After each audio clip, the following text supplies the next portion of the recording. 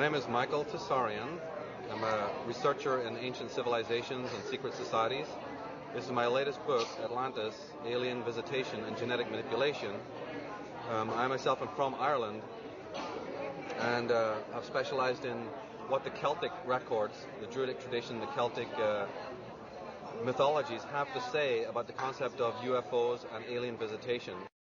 Could you tell me about the hollow inner Earth? What are your beliefs and what's your evidence? Oh yes, the hollow Earth concept is another one that goes back to ancient times. This is not something new, and in my book I have lots of resources about the hollow Earth, about underground cities, caverns that are discovered in the Earth. I mean, you only have to look at your own mythologies. The trolls, the dwarves, the elves. Where do they all come from? Why is it that we, in our burial ritual, right, in the Christian world, when you die, there's a ritual of being put back into the earth? Ask any Zuni Indian, ask any Hopi Indian about the hollow earth. They know exactly what you're talking about. It's completely replete in all the mythologies of the world about underground cities. And in fact, Admiral Byrd from the United States Naval Air Force, right? He flew over entrances to the hollow earth. You have experts who know all about this, who've written extensively on the hollow earth. And caverns that sometimes go as far as 8 miles down, with literally thousands of miles of ventilated shafts. Eric von Daniken has gone blue in the face trying to expose this. That these are caverns some of them are not natural, some of them are carved with precision, with laser, tools. And these, I explain from the outset of my book, I go into this, it's a very important factor. And in fact, there was even a prohibition in the Bible about drawing the likeness of any being that came from under the water and from under the earth, actually. It's in the Ten Commandments even. And you will find that if you go back to Celtic mythology, there are talking about beings that inhabited the hollow earth and under the earth. I've studied a lot of the ancient texts that have been combined and written into several other old books. Madame Blavatsky, she was a big fan of the hollow earth theory and actually traveled down to South America and was looking for entrances into the South American cave systems, which are actually connected to the other tunnel systems all around the world. And it's fascinating. And you can come into a modern city, any modern city, someplace as big as Dallas, and when they're putting in highways, freeways, sewer systems, they inevitably run into uncharted tunnel systems under Dallas. And these tunnels have strange tracks in them with these little cars that move by themselves. And you think it might be a coal type of mine, or I think there's no coal mining in Dallas. You can go into a real coal mining town like Bridgeport, Texas, where there were actually several shafts back in the turn of the century, about 1800s or so, where they put 7 or 8 shafts into under the town of Bridgeport. But today, there's not 7 shafts anymore. The whole underneath of the town is a webwork of tunnels. Why? And who did it? And I'm currently trying to get maps from the Railroad Commission to see, why and where are they going, and all the exterior entrances to these old coal mines are all sealed up, buried up. But many of the old buildings have secret access tunnels to the tunnel system underneath this town. So it gets rather fascinating. Back again to the concept of secret budgets and secret societies. The governments of the world have long been seeking, because our pole shifted, and the Earth topography has changed. So lots of the normal entrances to hollow Earth have since changed. And some of them were in Antarctica. And therefore the ice on Antarctica makes it a problem now for people to visit there and go there. So the Nazis under the Adolf Hitler and the fascists that rule this country, namely the government, they have always been funding different individuals to try and go and reopen portals and to find entrances to hollow Earth. So Admiral Byrd was simply an agent who had flown over there, and he had a large budget, and they took ships out there, and some people say that they discovered entrances to hollow Earth. There's also hollow Earth entrances in the north.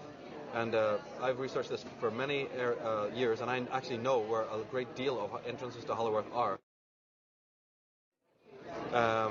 What brought Atlantis down was what the mythologies say brought it down, which was a war between the gods, or a conflict between beings that were called the gods and the kinds of technologies that they were using. This is a motif that you find in mythologies of the ancient world.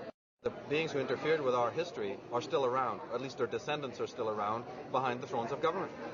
And not only do we have to deal with the existential problem of evil within ourselves, we have to deal with the social nihilism, the governmental paradigm, right, coming out of the 11th century BC, where the great empires of Sumeria and Babylon rise, and they're based on tyranny, territorialism, suppression of the earth, suppression of women. All the later epochs, all the later empires are based on those paradigms. And then they say in the history books that history just stops at 11,000 years ago, or that's when it begins, right? And we don't know what happened before that. A complete fabrication, because all the ancient legends have plenty to tell you about what was happening before that, which was that there was high cultures, high civilizations, who fell by the misuse of magic, who fell by the misuse of energy. You know, this is an old story going back, and we may be heading for the same thing. The Mayan calendar talks about the year 2012. They talk about it being the possible end of our world. I don't necessarily think it'll be the end of the physical world, but it will certainly be the end of the world as we know it, from a psychological, sociological, economical point of view. We can definitely expect many changes. We're already seeing that. And now with the attack on September 11th, there is very much a wake-up call to America in general and to the West in general to wake up, to discover that there is an occult history of their country, there is an alternative history of the world. And so my book also focuses on that. You know, the latter part of the book is about solutions, about the occult history, how these alien beings have infiltrated into our societies and are still around. I address the reptilian concept, which has been, of course, the center of what David Icke has been doing, and we have certain differences. And Zachariah Sitchkin's work, I talk about that. I'm in the tradition of these kinds of scholars. It is crucially important that this is not accepted as mere history lesson of the past. These motifs have a very great bearing on our age. We talk about the alien DNA from our human point of view. You could use the word evil. You know, maybe it's not quite the right word, but it certainly is a word that implies that whatever the alien mentality was, it was different than ours. And I'll be specific about that. One of the major differences is the fact that these alien beings came from a civilization that was extremely technologically advanced. I mean, you're talking, you know, Mr. Spock and beyond, many grades further than where we are. And the Earth, in its pre-visitation state, was where our ancestors were very much in harmony with the Earth. Now, this doesn't mean much to most people anymore, but it certainly does mean a lot to shamanistic kinds of people and to early societies who understood what that meant, being in harmony with the Earth, where the mind and the Earth are at one. These visitors came in, and of course they didn't understand that, and they are very technologically, mentally advanced without so much of the spiritual, human aspect. When they crossed our DNA, this is where we inherited this great inner schizophrenia within our own nature. And the sum total of that is the fact that today we have the criticism, and it's a correct criticism, that our scientific, technological abilities are far in excess of our psychological, spiritual, and emotional development. And many pundits, many activists, many scholars have said, why is this? Why is this happening in our society? Well, again, there is a definite answer. It's because we've had a propulsion unit behind us, making sure that we are propelled towards technological advance at the cost of the other. Because this is not something, again, that would happen naturally, right? It just doesn't happen naturally. And if you see it happening in the world, it is because there's some artificial engineering going on that makes sure of this. And it connects to what I'm talking about, where the visitation of these beings has been moving mankind steadily forward in a technological way because they have an agenda. And I talk about that in the book as to why they'd even want to be doing that. And when I talked about the Mayan calendar 2012 as an end game date, well, we're very close to that now. We're already past the new millennium. And philosophers, mystics, psychics are saying that time is going to actually speed up. And I think it already has. This whole 9/11, September 11th, is part of that cycle. Because the decade is better expressed as an ennead, an enneagram, which is divided into three sections, three triangles, if you will. The 9 years are divided into three threes, right? And the last of the first triangle ends in 2003, obviously. 2000 to 2003 is one triangle. So in November 2003, there could be another attack. There could be another debacle. There could be another wake-up call coming for America. It's all based on how well we do in our learning curve. My name is Jordan Maxwell.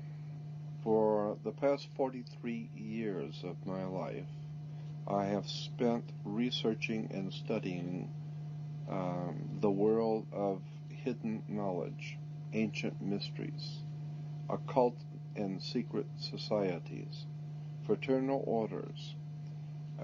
My real first love is theology, occult theology.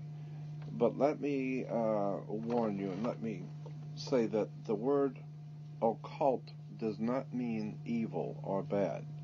It carries that denotation, but it's not really bad. Occult simply means hidden. Anything which is hidden is occult. It's a Latin word for hidden. Consequently, so much of knowledge, important spiritual, political, sociological knowledge, it's been hidden. And so I have spent, as I said, the past 43 years of my life searching out hidden knowledge. And that's what I do. I'm fascinated by how much we don't know. The state of Israel is actually connected to America in a very arcane and secret way. So they are, the state of Israel is connected to the American federal system. It's very interesting. That's why America sends billions and billions and billions of dollars. Quite literally, I've heard the figure per year, something like $17 billion a year to the state of Israel. Incredible amounts of money. Why? There's something else going on here, and they haven't told you the whole story. If you were looking down from a satellite, looking down onto the Earth, or even higher out than a satellite would be, you would see that the largest single landmass on the Earth is from Russia, from the northeast tip of Russia, all the way across to central West Africa, to the West African coast.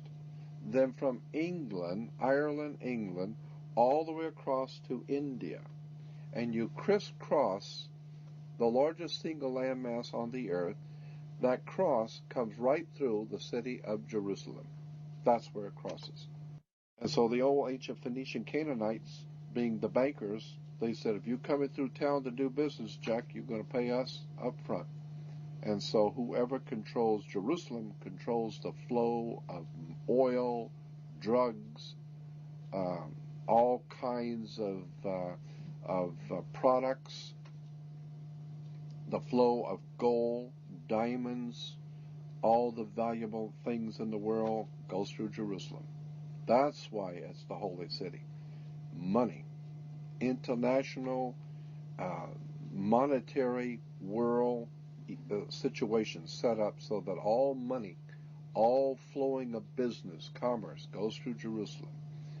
That's the name of the tomb. And that's why Jerusalem is so important to the American people. Now, you've got to give the people a reason why Israel is so important. Now, we know that Israel is very important because of strategically where it sits on the trade routes to control the flow of oil, drugs, diamonds, and a lot of drugs in Israel, going through Israel. Major movements of illicit narcotics and drugs through Israel. And diamonds, gold, money, etc., etc.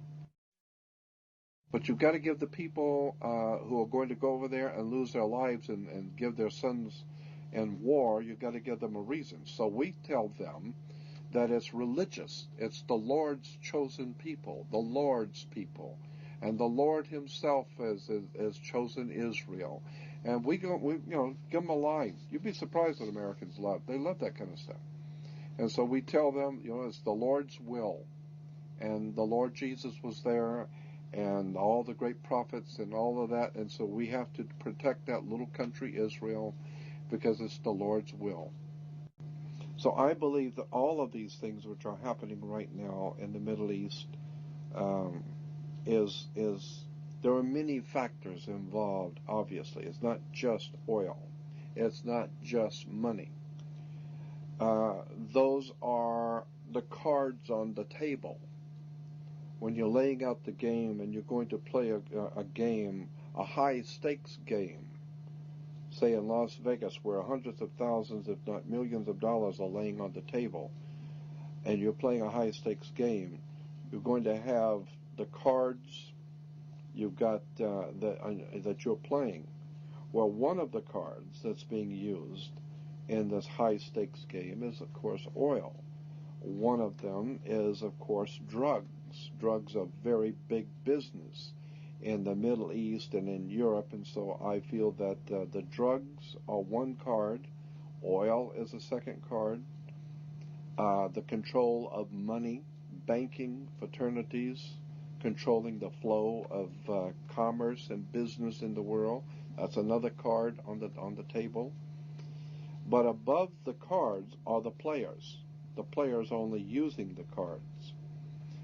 And I think the players in this world game that's being laid out for us now are guided not by the cards. They're guided by something else. There's something else going on here. And it has to do with secret societies and ancient religions.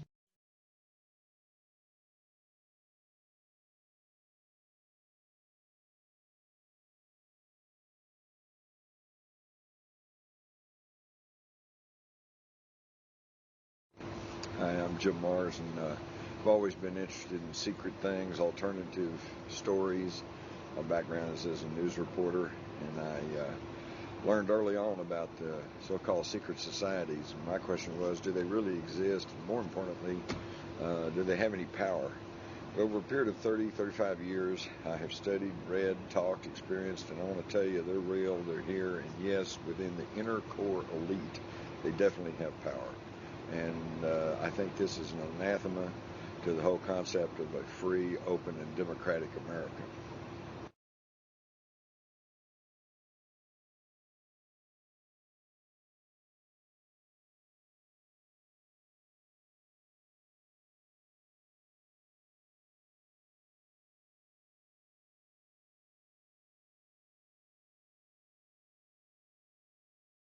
The concept of New World Order, even the term, before you even get into the whole subject matter, you only need to look at the term.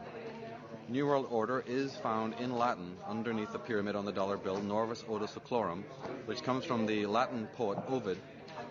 So it's an old Roman concept, a Roman term.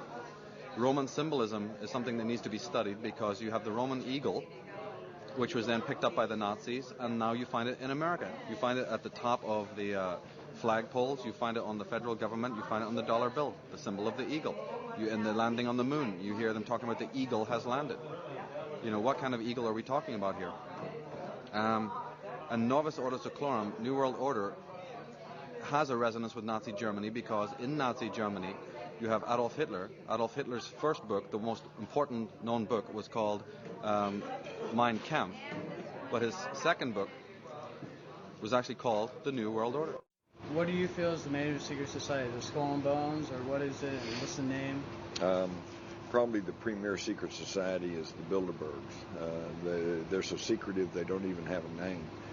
They're called the Bilderbergs because they were discovered meeting first in the early 50s in a Bilderberg hotel over in Holland. They were being headed by Prince Bernhard of the Netherlands, who was a former SS officer. They are the inner core elite of other secret societies, the Council on Foreign Relations, the Trilateral Commission, and then they draw heavily from a very secretive campus fraternity by the name of Skull and Bones. President George W. Bush and his father, former President Bush, and his grandfather, Prescott Bush, were all members of this Skull and Bones society. These fraternities are bloodlines, so they go long, back in history. The fact that they walk on the red carpet. The only queens and kings walk on red carpets. So how come your American presidents are doing it? Because they're bloodline. 43 American presidents, all the ones who became president, are directly linked to British monarchs by blood. From Roosevelt, in fact, all of them, all of the ones who became president are linked by bloodline to royal families, and the walking on the red carpet, which is the bloodline, proves it.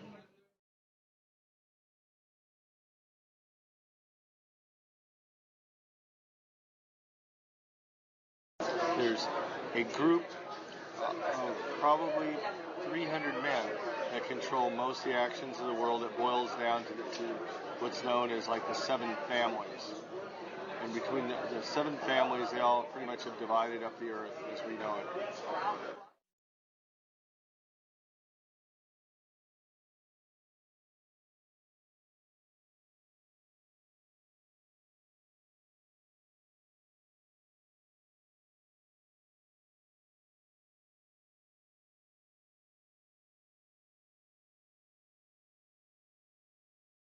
At the heart of the secret societies lie some of the most powerful people in this country. Alan Greenspan, for example, can be connected to these people. These people run the major banks, major insurance companies.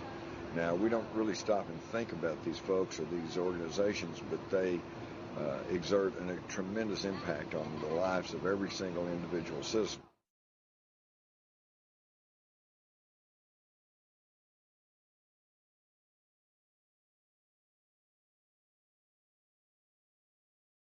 Well, my name's John Greenwald. I've been doing a website called The Black Vault for about 6 years. I research the connections on what the government has done, the investigations they've done in the past, and what I do is I scan all these documents on the internet and have archived over 107,000 pages on the internet. I was able to come up with a little bit of a weird coincidence with the 9/11 conspiracy. I found a document that was the government research into the terrorist organizations and terrorist groups and what their capabilities were and what exactly they may have been planning in the future. They profiled one in particular, and that was obviously Al-Qaeda. That doesn't really sound too strange, but the strange part is the government publication date on the document. And that publication date was September 10th, 2001, one day before the tragedy struck. So that in itself was very, very strange. And then Adolf Hitler and his henchmen, people like Himmler, Goebbels, Rosenberg, were always talking about the fact that there was a 1,000-year Reich. They kept on using this term about a 1,000-year kingdom. Then we have George Bush later on talking about the 1,000 points of light. Right? We have George Bush using the term New World Order, I think it was in 2000, on September 11th. And September 11th, 2000, was the first time ever that George Bush used the term, we have to have a New World Order. In regards to secret societies, yes. I mean, the very nature of man is to form these protective societies and conspire, if you will, breathing together. They all seem to be interlinked. The Illuminati, the Masons, the Club of Rome, P5, the Bilderbergers, the CFR, the Trilateralists. They seem to all be different offshoots of the same general secret club. And it's just a bunch of rich people. It's all people with $1 billion who all get together to decide how to either make more money or how to fleece the sheep, being us. What war is going to happen here or there, or what's going to happen between nations or powers. It's all aspects of political science, which are how to get populations to do what you want to gain further control. So these terms that are on the dollar bill, that are on flags, take, let's say, in Zurich. In Zurich, you have the headquarters of the Illuminati. The headquarters of World Freemasonry is in Zurich, Switzerland. Over the door of that building is the term Ordo ab Chaos, which means order out of chaos. And Jordan Maxwell and other experts in this subject have talked about that means that the plan of government is to always orchestrate, to engineer chaos in order to create the order, later on. Out of chaos comes the order the people demand, security. All the events that we see down through time, tribulations caused by government, have this as a central principle. Wars are connected to this. In researching these secret societies, what I found was really astounding. They're nothing new. They track back through older secret societies. They go back in through Illuminized Freemasonry, back to the Knights Templars, back through the Cathars, back through the Rosicrucians. You go all the way back to the ancient mystery schools of Greece and Egypt. And even those schools did not spring whole cloth into existence. They are remnants of the older secret societies in the world, which date all the way back to the ancient Sumerian civilization. And they left behind clay tablets still in existence, which basically state that they were the product of a colonization by people from space. People have been living from day to day, never realizing the profound impact secrets have on us. Secret government, secret projects, secret knowledge. And today we are beginning to see that the world is in serious trouble. I believe that the things which are going on in the world today, not the least of which the Middle Eastern war and Middle Eastern intrigue, I think the machinations that are going on behind the scenes of world government are being orchestrated. I have no doubt in my mind, after 43 years of looking at this subject, that so much of our world, the wars, the violence, the bloodshed, the animosity among races, is purposely designed by someone. Catholic Church is involved in Israel. They're involved in the Holocaust. When the Nazis saw that the war was going bad for them and that they were going to lose the war, that was like 1944, all the top Nazis were given Vatican passports and given safe passage and money through the Vatican banks. Money was given to all the top Nazis to get them out. So the Vatican sent a bunch of Nazis to Uruguay, Paraguay, Brazil, Argentina. We know they're down there. Well, it's all Catholic down there. That's right. That's why they're down there. The scientists and the theoreticians, they sent directly through the CIA, which is the Knights of Malta organization for the Catholic Church. Catholic Church is CIA.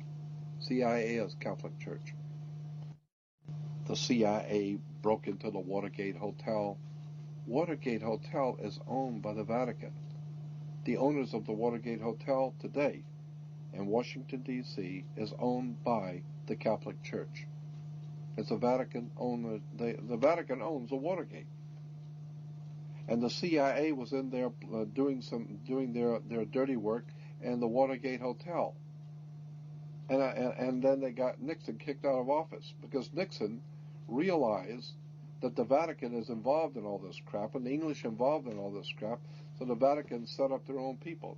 Send the CIA into, well, we can't do it in just any place. That's all right. Send it to our hotel. We'll take care of it. Reinhard Gehlen was not only a Knights of Malta, but he was also one of the founders of today, the CIA. Reinhard Gehlen was the man in charge of security for Adolf Hitler. He was chief of security for the Nazi Empire, Reinhard Gehlen. And when he saw that things were going bad and they were going to lose, Reinhard Gehlen was chief of security. He's not an idiot. And this guy knows the war is up. We've lost. So he goes to the Vatican, and the Vatican gets him a ticket over here to work for America, and he comes over here and sets up something called the CIA. All of these religious leaders in America on television, they have contracts under the table with international oil cartels, drug cartels, banking cartels, and they are reaping in millions of dollars in private profits in European banks that American Christians have no idea in the world about. But all you have to do is just start doing some homework and checking on all of the so-called Christian leaders who are all for the state of Israel. Find out how much money did you make last year. Then you begin to finding out the oil companies put up millions of dollars for Christian churches to send out missions. So many of the Christian missionaries that go out around the world, and these you see them nightly on television, missionary movements that go out to the poor, starving people of Africa and the poor people of China. These missions are being financed, but a lot of the big churches are not telling their people that it's being financed by oil companies. Oil companies and drug cartels are financing many of the church's missions throughout the world. We now know, we have documented proof beyond a shadow of a doubt that World War I, World War II were planned long in advance.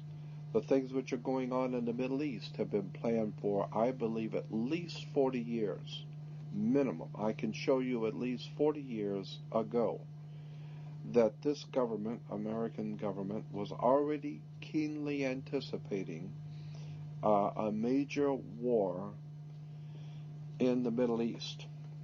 The corporation called United States, after the change of the century, coming into 1900s, decided they wanted to expand. They got so much money and they're doing so well.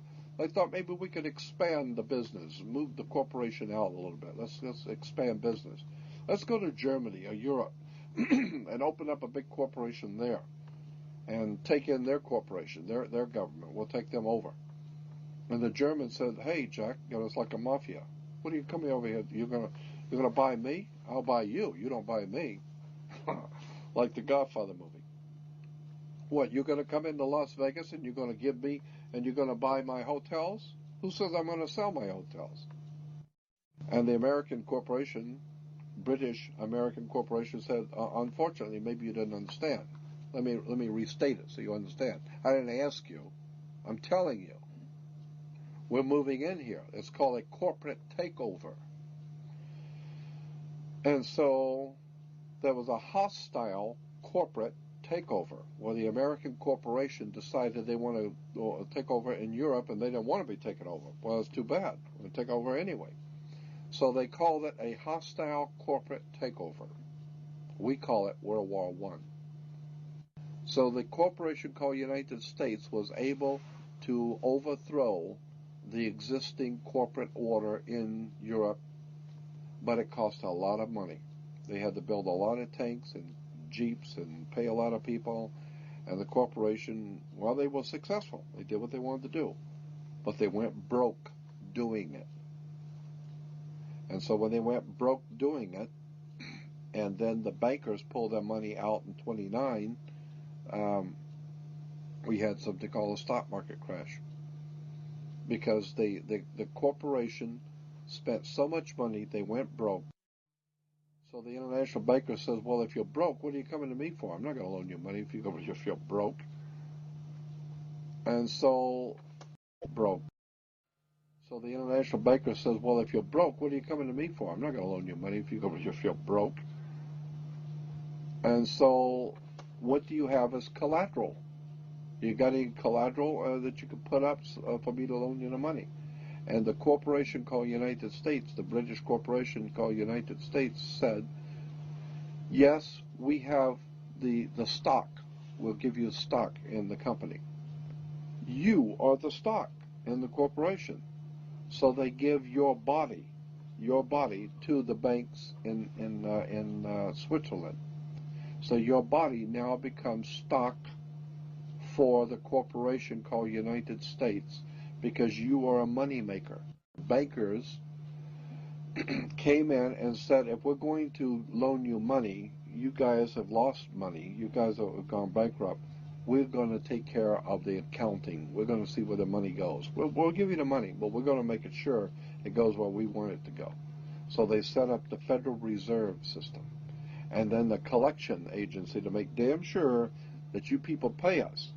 We're going to set up to keep a record of how much you owe us in business each week. We're going to call that the Federal Reserve. And to make sure that your stock, all the chumps out there in America working, make sure the stock pays us. We're going to make sure they pay us. You don't just tell me you're going to pay. I'm going to make sure they're going to pay.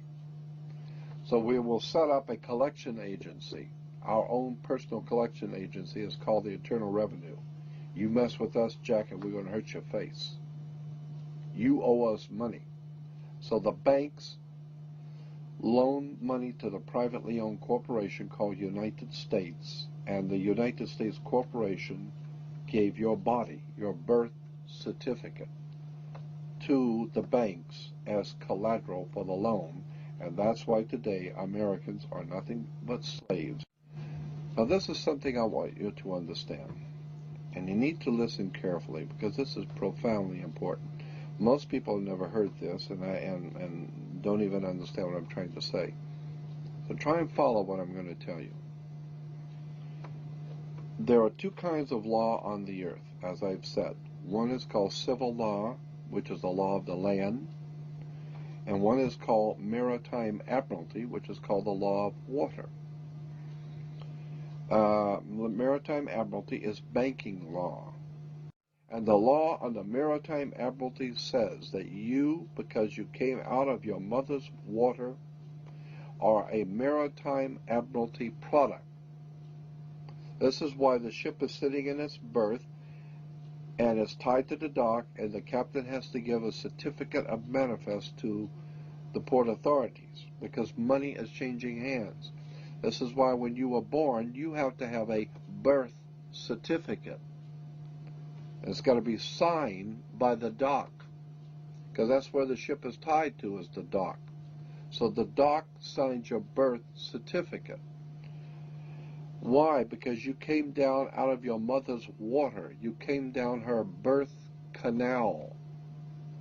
You are a maritime admiralty product. And therefore your birth certificate is signed by your mother. And where your mother signed on the birth certificate, get it, you will see it does not say parent or mother, it says informant. Your mother was informing that the bank that she has just produced another product to be bought and sold. England, the British Crown, through international banking, owns your physical body, and that's the law. So you can think it's funny all you want. So the bottom line is that you are a maritime admiralty product, and therefore the banks own your body. And on the back of the Social Security card will be numbers in red. On the front will be in blue or black, but on the back will be in red. The numbers on the back of a Social Security card in red designate your body. It is the serial number of your stock. And this is why if you're wealthy, you are preferred stock. If you're poor, you are common stock. But you are a stock on the stock market. Your body is bought and sold through the use of your birth certificate. And if you could get your original birth certificate back, you would find that on the back of the birth certificate are all the banks around the world. All over the world, banks have used your birth certificate because you are a stock in a maritime admiralty banking scheme where you make money for banks. So consequently, the corporation and government and people who want to control you, they create a second you, and that second you that they control, that they created, is all capital letters. Check it out. Anytime you get a bill, you get a lawsuit, you get a fine, a ticket, somebody sends you a bill from the Department of Water and Power, check it out on your driver's license, on your Social Security card, on your insurance cards, anything, period, anything having to do with business, your name will always be in all capital letters, because only all capital letters can be dealt with by banks and government. Anytime you have a name upper or lowercase, that applies to you. I got no control over you. You sign a contract in which your name is in all capital letters, now I can take you to court. Now I can take you. As a matter of fact, the judge sits on the bench. He rules from the bench. The word bench in Latin is a bank. Look it up in a Latin dictionary. So the judge rules from the bench. Right, because he's ruling for the bank. Why? Because somebody's going to pay. It's just a game here. The Queen of England wants a cut of the American blood. She wants a piece.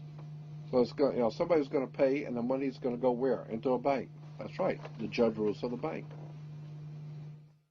So consequently, if you are working in California making money, you are then referred to as a franchisee. You're a franchisee of a foreign corporation. 1849 Constitution of California. 1849 Constitution of California says No California citizen will ever pay taxes in California state. Ever. There will never be a state tax in California. Ever. That's the Constitution in California. But if you say that you're a United States citizen, you're saying you work for a privately owned corporation called United States. Therefore, you are a franchisee of a foreign corporation. Therefore, you must pay the California Franchise Tax Board, not California State Tax Board. There is no state tax in California. You pay the California Franchise Tax Board because you're a franchisee of a foreign corporation on the maritime banking law, international law. You work for the Queen of England. Your butt is owned by the Queen of England in a corporation called United States, while a man called Bush is the president of the British corporation. You want to talk treason? You need to wake up and find out how this stuff really works. Because once you understand that you don't need to submit yourself as an American to a British commercial venture called courts. You're an American. You don't need to go to court. You only go to court because you agreed to go to court. When they send you a subpoena to court or a summons to court, and they've sent you something, you look at it and say, hey, Jack, that's not me. That's in all capital letters. All capital letters is a corporation. It's a corpse. It's dead. Do I look like I'm dead to you? No, I'm an American, Jack. I ain't dead. And besides, I'll go to an American system for justice. I don't need no British Grand Lodge Masonic system called courts. This British Grand Lodge Freemasonic system called Inns of Court comes out of England. And it has manipulated, exploited, and lied to the people. And everybody in America thinks they got to go to court. Oh, the judge they've sent me something that I've got to go to court. I don't go to anybody's court. I'm an American. I don't need to go to court. That's the difference between being a free man and a slave. Very few Americans have ever really thought about the fact who was the enemy of this country when it was being founded. Who was it George Washington was at war with?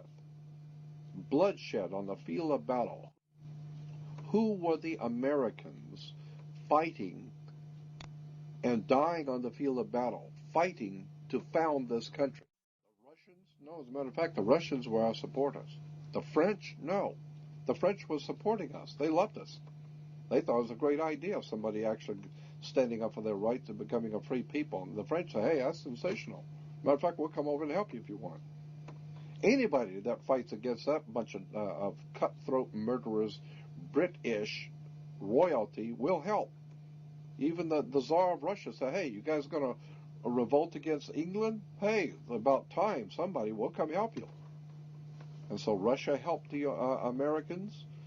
French helped the Americans. All over the world, people say, hey, it's about time you guys got out for it. I love it. See somebody stand up for their own rights and take their country and become a free people.